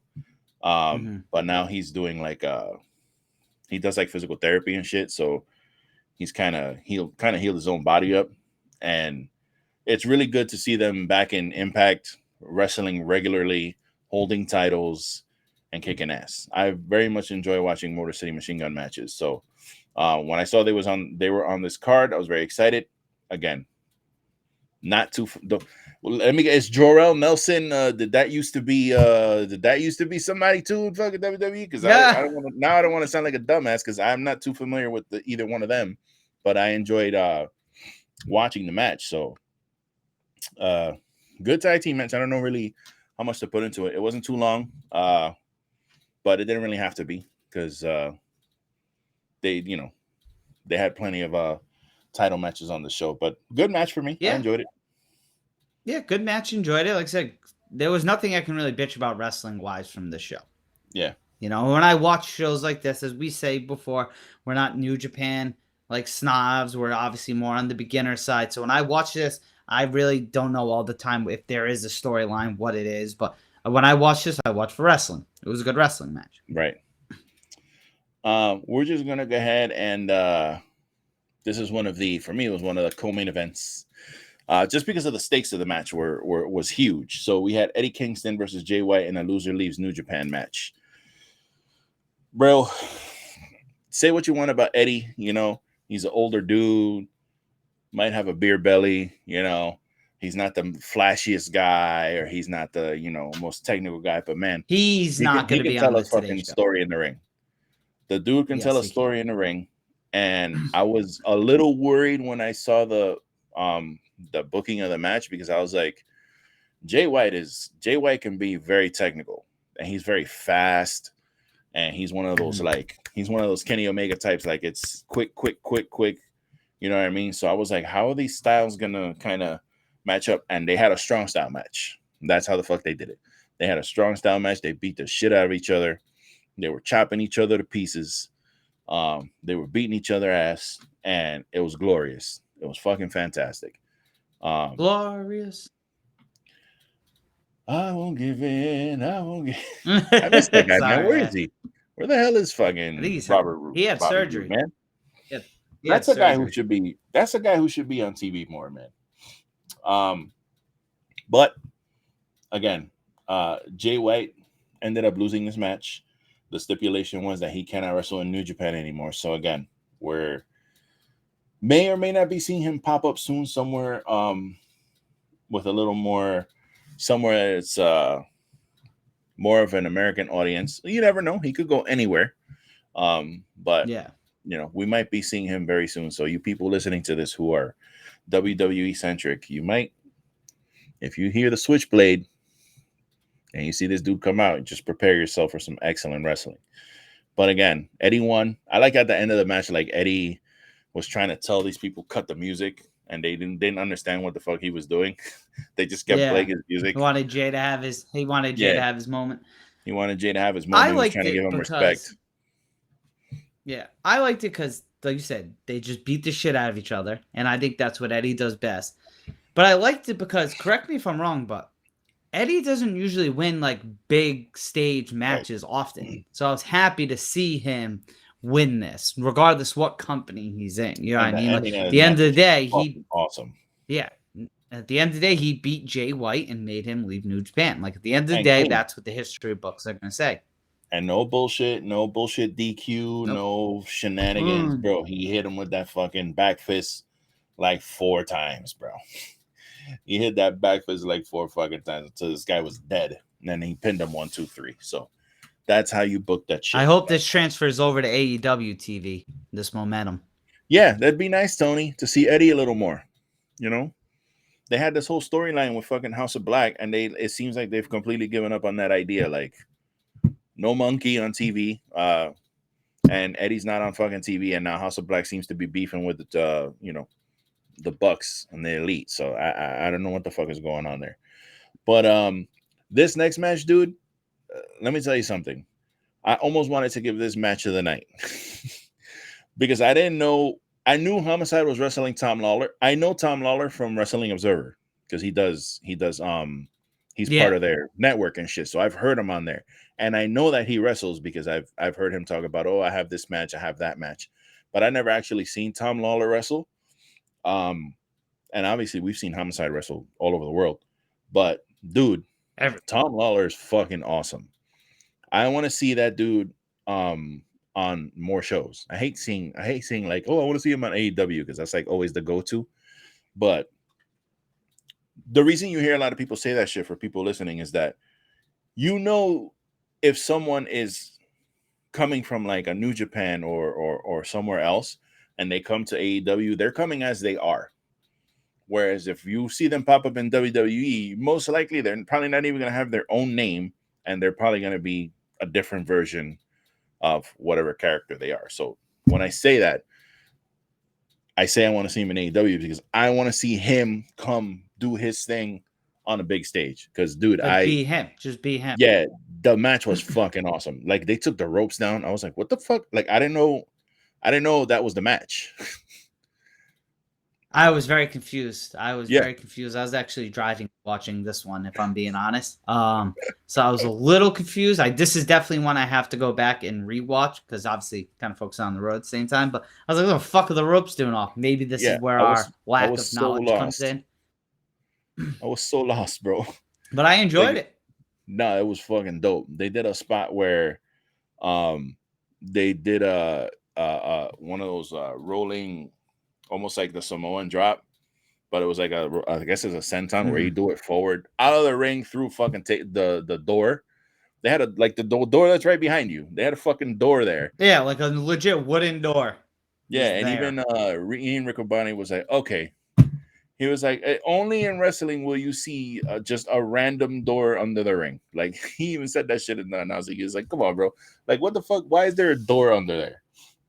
It's gonna be funny, like setting up matches like this. Like, yeah, here's a door, and even like on like AEW, you'll see them lift open, and there's like a broom that no one uses, but it's in there.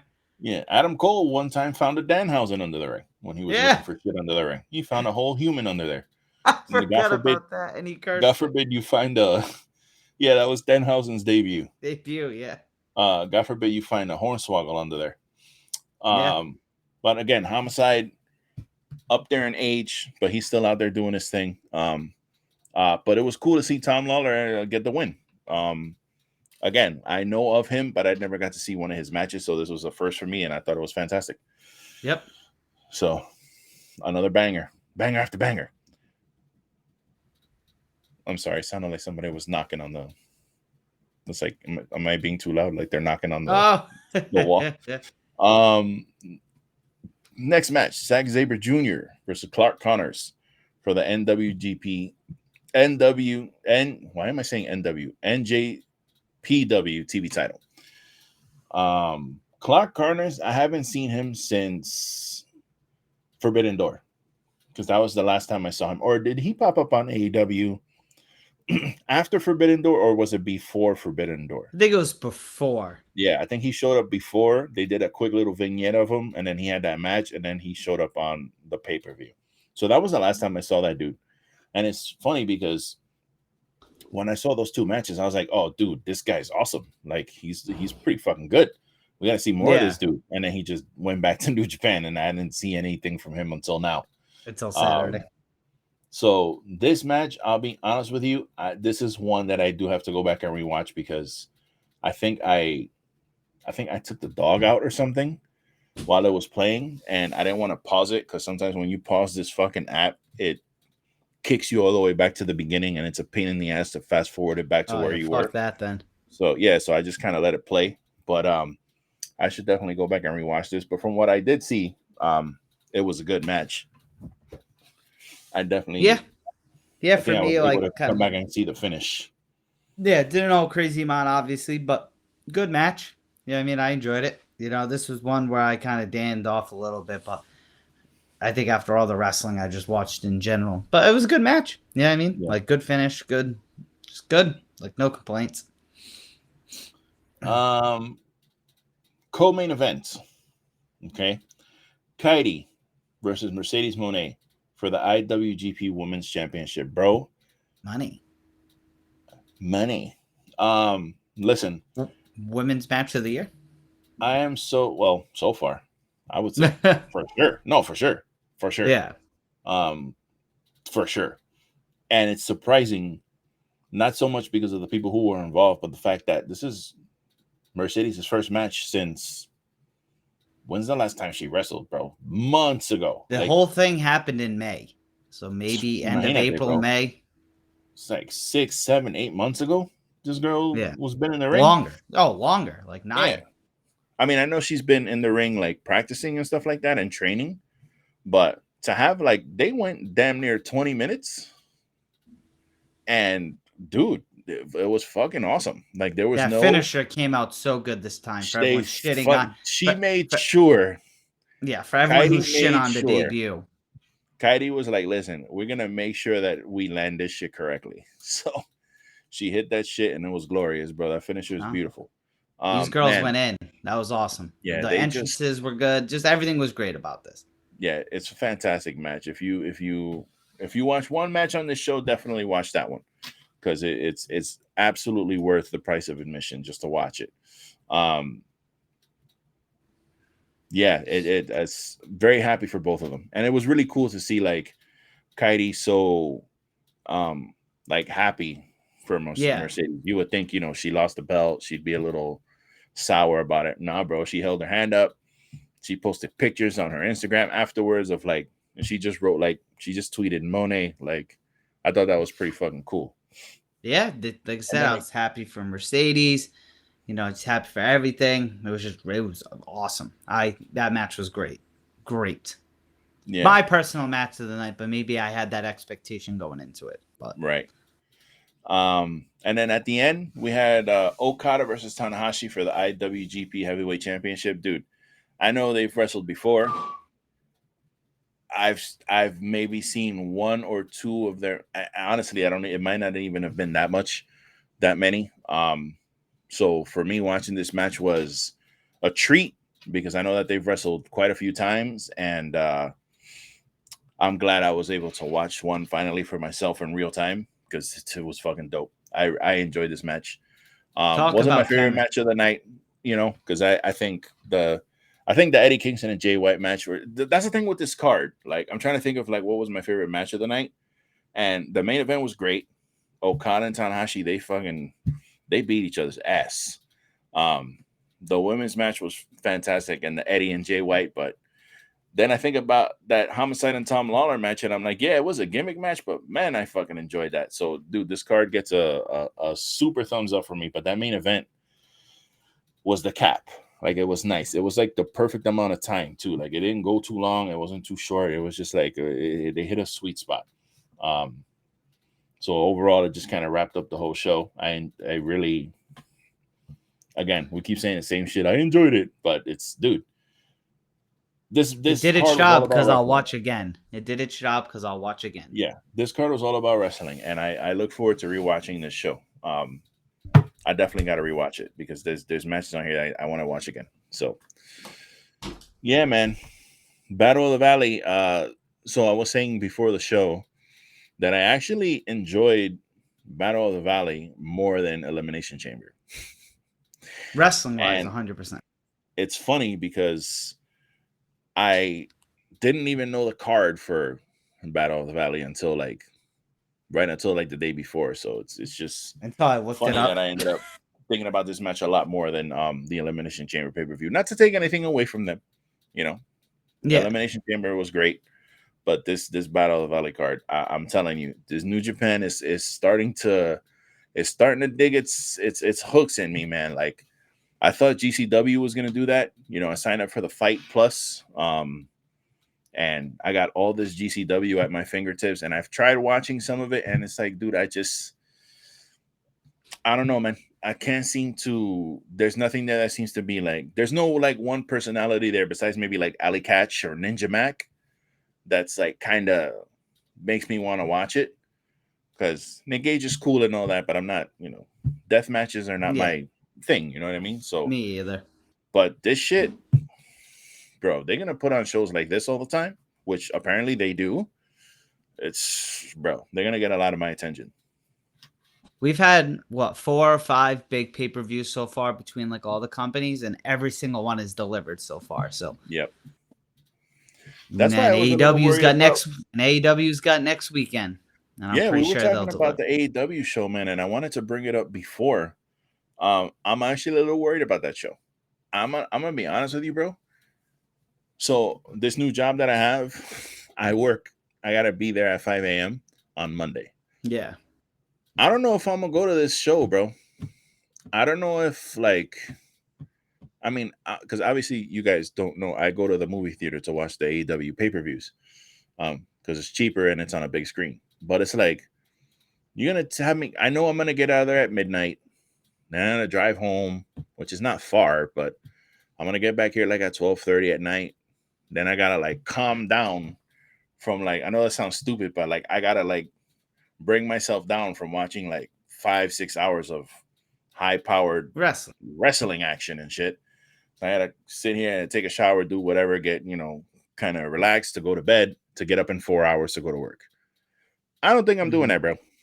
I might just, I don't know, man. Because the card, there's no card right now as we know it. There's maybe like 2 matches that we know of. That I know of off the top of my head. And I'm going to look it up as I type. MJF and Danielson and they have a Moxley tag and match Hangman. now. Moxley and Hangman. And then they have they have the world title match. It's the Guns versus the Acclaim versus two to be determined teams. Honestly, one's happening tomorrow. I think one's happening tomorrow. One's happening on the pre-show, and then Samoa Joe and Wardlow again. See, I don't like that. How are you gonna have a championship contender on the pre-show of your fucking pay-per-view, bro? I'm pretty sure it is. I could be wrong. I know one's on Dynamite weird. Tomorrow. Maybe the other's on Rampage. That's weird as fuck, bro. That they shouldn't do that, bro. Like, that's no build. Yeah. And that's why we were talking about, like, this. I'm like AEW pay-per-view. You know what I mean? And I'm like, yeah, same. You know what I mean? I'm not even like, I don't know. We'll see what happens tomorrow. They're going to start building up. They really have no choice but to figure it out tomorrow because it's fucking next week. But it's like, I don't know, bro. I don't know if I'm going to go to that shit. I don't even know if I'm going to watch it that night. I'll probably go to bed like at 10 just so I could, you know what I'm saying? That's usually my bedtime. And in the morning, I'll figure it out, bro. I'll watch it on Fight or something. Well, because like as you and I were talking off here, when I watch it, I love watching Dynamite. Every Wednesday, I come home, I watch it, I see good wrestling, I see funny spots, you know what I mean, serious spots, but I don't know. The storylines for me, like lately, I'm a storyline guy. I love wrestling, but at the end of the day, storylines attract me more. I think that's just probably because I've been raised in sports entertainment, if we're being honest, right. You know what I mean? Came in towards the end of the Monday Night Wars, so probably just what I'm used to. But like we were saying off air, like Jamie Hayter is your women's champion in the show. You have 2 Dynamites left, and she's nothing. Jade Cargill, like it's the little things they're doing there that are kind of like Jade Cargill went 15-0, and they didn't even make it a big deal. Like they didn't hype up the match, hype up the opponent, and it's little things like that. And I'm not gonna sit here and critique, but like you have Orange Cassidy, the All Atlantic champion or whatever. He doesn't have a match. Like, I don't know. Like, it's weird. He's got like 18 wins in a row apparently. Because I watched Rampage. I watched it the next day, I think it was. I think I watched it on Sunday. I was like, oh, let me have breakfast. I was like, oh, let me watch Rampage. So I watched it, and it's like he did because him and Wheeler are gonna have a match. On Dynamite tomorrow, which I think is gonna be good. Yeah, it's gonna be good. And it's like, oh, he's like, oh, you're 18-0 and whatever. And I'm like, damn, he's had 18 fucking title defenses. So I guess he's been defending it on Dark and shit because I don't watch Dark anymore. But it's like, even with that, like, that belt don't mean shit, bro. He carries that belt around in a fucking book bag. Like, you know what I mean? Like, it was better when Pac. Because I'm pretty sure we're. Yeah. And then I'm looking at this website. Potential add-ons, which this first one I'm all in for. We've been saying this since they introduced the belts. Elite and House of Black. I've wanted that since those belts came out. Yeah. Jericho and Ricky Starks, Jungle Boy and Christian, again. Swerve Strickland and Keith Lee, all for that. And then Adam Cole's return match. It doesn't say against Stu. So I think the card's going to be good. Like you're gonna get I know Revolution's going to be good. Like I know it's gonna be good. But they're not doing good leading there, and I'm one of them. I like a good lead up. That's just me personally. Yeah. You know what I mean? Like, there's of course you want you. I don't know. I don't know what it. Of course, you want great wrestling. I don't know what it is. Yeah, I want great, but it's like we were saying, like I don't know who. And then this isn't me crapping on because I love AEW. I'm gonna watch the pay-per-view. I'm gonna watch all the Dynamites before. You know what I mean? If I have time, I'm gonna watch Rampage. But like, would you agree? Like something's just differently. I'm not gonna say weird. I'm not gonna say bad. It's just something seems different lately, and I don't know what it is. They were, and it's funny because they went through that lull when you had the scrum where shit was fucked up. Like shit was fucked up, and then there was no denying that. And then they kind of it seemed like they picked back up after that pay-per-view. And you, because even I was like, oh, they're back. I don't want to hear any more about their struggling. They're back. Yeah. Like, and now it's like, it's weird. Like, it's been flat. Last week was very flat. Even though they had some matches I enjoyed, it was very flat. Like, and they're not really building their storylines like they used to. This is where Tony has to get a writer, man. He can't have all this shit and under it's his weird thumb. because, and this is why I say it's different, because I'm excited still for the show. I still look forward to Dynamite every week. I'm gonna watch, so it's not like I'm like, oh, the product sucks, but something does feel different. Like, for the people who watch weekly, like, you can definitely tell something's different with the product lately. Right. And and the thing is, to look on like every company, no matter how new, how old, is gonna go through a slump, I guess you could maybe call this, right? So like, it's not like, oh, like people out there, AEW's dead. AEW is the furthest fucking thing from dead. Yeah, that's silly. That place ain't going nowhere. Nowhere. Like, this ain't going nowhere. But maybe it's because this is the first time, and it's almost coming up on 4 years since the TV debuted in October. It'll be 4 years that it felt flat. And if you ask me, from 3 years, say 3 years and like 4 months of constant until it felt flat, like, to me, that's impressive. I think that's good. Yeah. You know what the solution is for I think this, that's right? what it is. I think we've, you know, what?